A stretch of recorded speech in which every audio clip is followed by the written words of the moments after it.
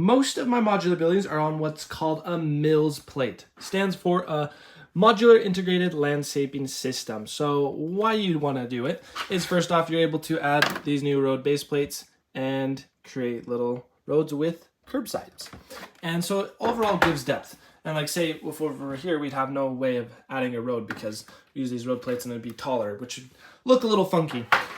And then another good pro tip is it makes it so much easier for carrying and transporting them. Like, I'm able to hold this all one-handed and it's so much sturdier and just gives it a lot more strength.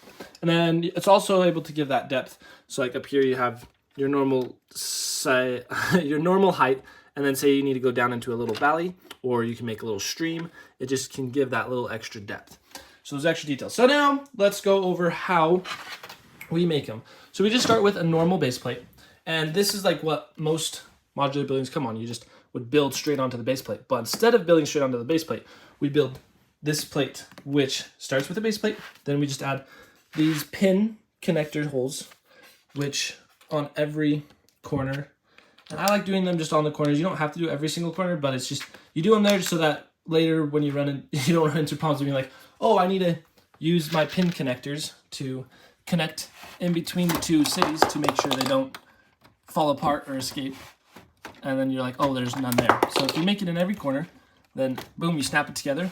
And now look, you'll be able to move it as one solid piece. Well, if you had both on both sides, it'd be much easier. So that's why you have those holes.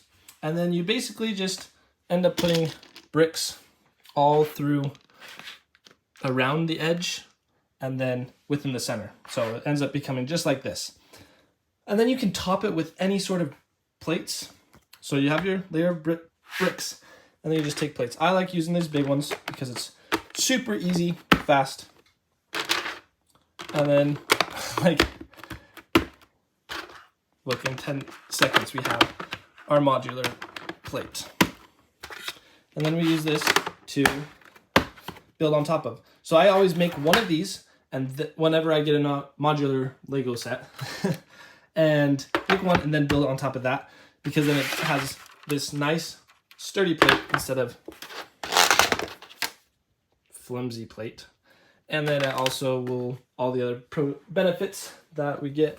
And then you don't have to have these big plates. You can plate it with whatever, like say you just do lots of small little ones, but then that ends up using more bricks in the center because you have to have more center support. But these ones I like because it doesn't have to have that support.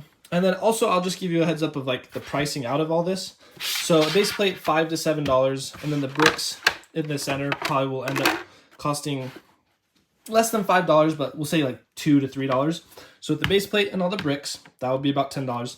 And each of these plates are about $2.50. And it kind of prices out the same no matter what brick plates you're using. So then that ends up being $5, $10.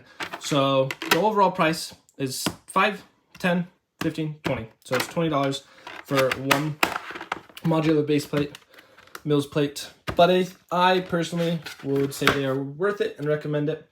So if you have any questions, let me know. I will address them down in the comments. Or if I really failed at explaining how simple it is to making one of these, then I'll make another video and hopefully fix all the mistakes that are brought up.